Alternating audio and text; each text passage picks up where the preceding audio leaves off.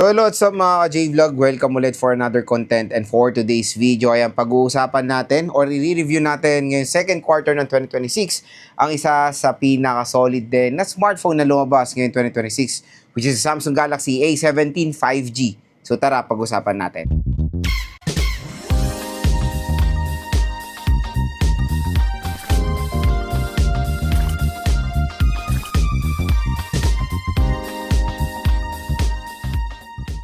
Mga idol, for today's video, pag-uusapan natin ng isa sa very popular din na smartphone na nilabas si Samsung last year pala, sorry. Sinabi ko kasi kanina 2026, which is the Samsung Galaxy A17 5G. So itong smartphone na to, ito yung look pumalit sa very popular, very benta na Samsung Galaxy A16 5G. So, when it comes sa SRP, medyo malayo sa sale price niya dito sa online.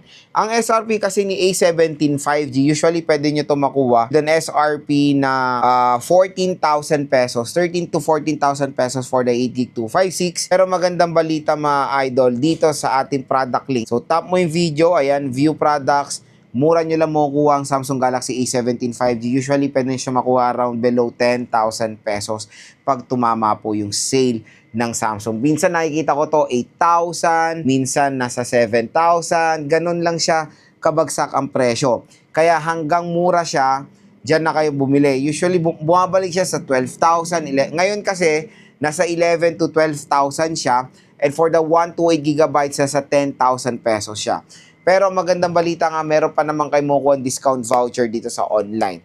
And pag tumama pa yung mga payday, ganyan, mura nyo lang siya makukuha. Kaya parating yung check na lang yung product link natin para ma-less pa yung discount natin. And no worries, yung discount na yan, upon checkout yan, pag checkout nyo, automatic na po yan, maliless yung voucher nakalagay dyan, affiliate, YouTube affiliate, mga idol, okay? And sa video na to, pag-uusapan natin yung A17 5G na marami nagde-decide bumili na itong smartphone na to.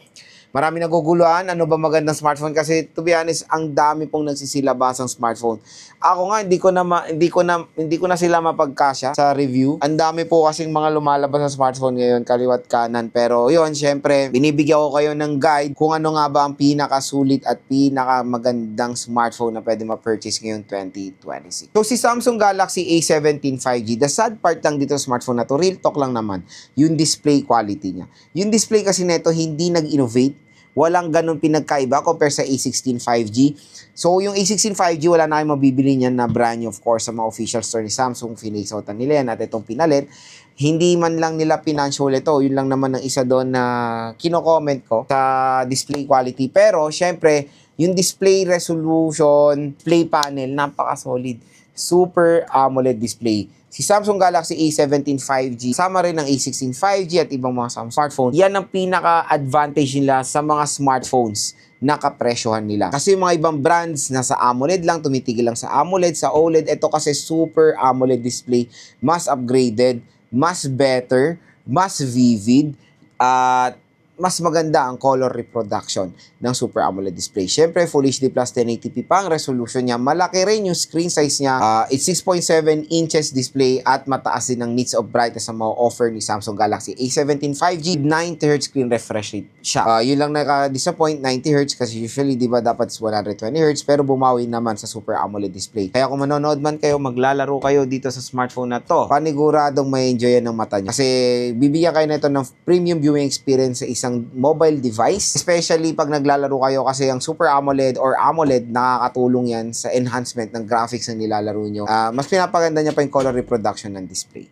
Second is yung operating system. So last year to lumabas, it's Android 15 with One UI version 7, pero good news, na-update na rin po to sa Android 16 with One UI version 8. At ang magandang balita pa, ma-update pa to next year sa Android 17 with One UI version 9 and Android 18 with Android version 10, di ba? Longevity-wise, yan ng isa sa ipaglalaban sa i-flex ng Samsung pagdating sa mga competitors niya. Napaka-solid na longevity.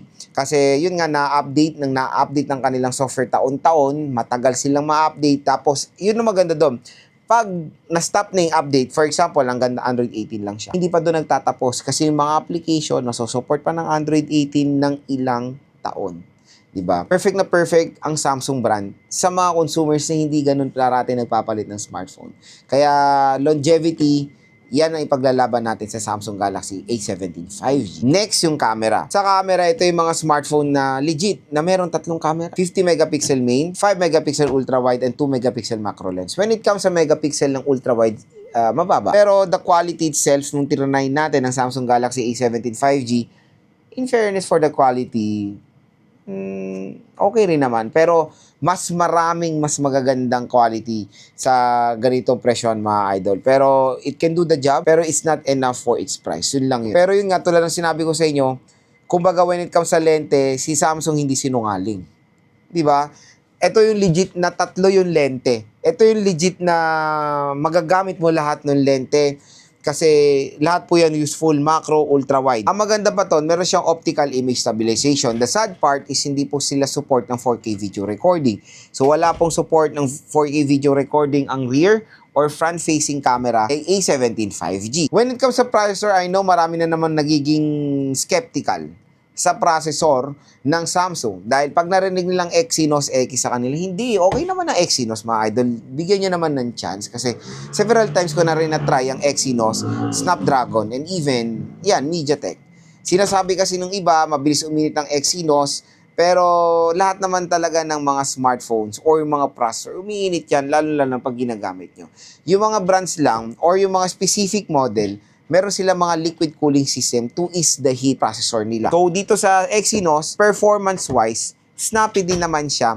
Makakalaro rin naman kayo kahit papano. And it's a 5 nanometer processor. Maliit yung processor niya, meaning power efficient din siya. At kumbaga, when it comes sa software, yun ang maganda dito sa Samsung. Yung kanilang software optimization ay napaka-solid. Kasi kahit na maliit ang battery capacity nito, it's 5,000 mAh. Kasi last year siya lumabas eh. Last year naman, wala namang ganong 6K mAh when it comes sa mid-range segment. Pero comparing ngayong 2026 second quarter, medyo talo na ang 5K mid-range segment. Parang hindi na ina-accept ng ibang consumers natin. Pero again, when it comes sa software optimization, sa battery, okay na okay ang Samsung kasi meron silang tinatawag na device usage pattern kung saan pinag-aaralan ng device nyo yung paggamit nyo sa smartphone at gumagawa siya ng way para makatipid ng battery. At meron yan dito sa Samsung Galaxy A17 5G. The sad part, the charging rate, 25 watt, mabagal for a mid-range device. Slim box din po itong smartphone na to, meaning wala po siyang charger out of the box. So, yun lang naman, pre-review to. Kailangan natin maging honest. At second quarter ng 2026 natin siya ni-review kaya i-compare natin siya sa dami ng smartphone na lumabas ngayon 2026. Battery, charging rate, medyo talo na tayo dito. Pero, yun nga, pag nakuha nyo to ng mas mababa, minsan nga tulad ng sinabi ko sa inyo, swerte yan, maging 8K to, pwede pa naman ang 5K mAh, acceptable, as long as yung ibang mga specification is valid naman. Tulad na lang ng Super AMOLED display. Yan ang pinaka-favorite ko sa Samsung Galaxy A17 5G. When it comes sa pinaka-base model nito, 4GB 128. Yun lang, sobrang sakit din sa ulo. And yan yung may presyo na, na ngayon na 10 to 11,000 pesos. Siyempre, 4GB of RAM for that kind of price tag is a big no-no, mga idol. Even sa 8,000 segment, di ba? Meron siyang 8GB 256, mas mahal lang ng 2,000 pesos. I think dito ngayon is 11 to 12,000 siya. Minsan nakikita ko to ng sale na nasa sagarang 10,000 piso. Kaya I suggest go for the 8GB 256, mas better, mas marami kayo magagawa, mas marami kayo malalagay, at mas okay yun for gaming. 4GB of RAM sa presyohan na 7,000 or even 8,000 pesos, hindi rin siya perfect, mga idol. Pero again, processor, yun naman ang tumutulong dyan. Pero pag gagamitin nyo to sa laro, definitely wag nyong kunin yung 4GB of RAM. Medyo magiging, sakit sa ulo nyo at sobrang baba po ngayong 2026. Even the water protection, medyo mababa. Mid-range smartphone, IP54. Usually nga, iba, nalulublob na po sa tubig. IP68, IP69, di ba? Yan yung mababang rating lang ni Samsung, IP54. So, meaning splash resistant siya. Talsik-talsik lang ng tubig ang valid dito sa smartphone na to. Hindi po to pwedeng masubmerge sa water dahil may possibility masira po siya. Design, very identical sa Samsung Galaxy A07, mga ganyan, or A17 LTE. Nilagyan lang nila ng parang linya na border doon. I don't know, di ba? Para siguro magkaroon ng differentiate yung A17 LTE sa A17 5G. Kasi last year, yung A16 LTE at A16 5G, walang ganong pinagkaiba when it comes sa design and aesthetic. Dito, madidifferentiate nyo na kasi may white borderline yung camera module ng A17 5G. Design is very simple. Wala siyang ganong ka-wow factor pagdating sa design. Pero usapang durability, pasado siya sa akin. Ergonomics and all, okay sa akin. The design is simple. Kaya kung i-rate ko yung design nito, nasa 5 lang. Ergonomics, durability, nasa 10 for me. So yun mga ka-J-Vlog ang ating review dito sa Samsung Galaxy A17 5G ngayon 2026. Kung interested kayo dito sa smartphone na to, again, tap mo yung video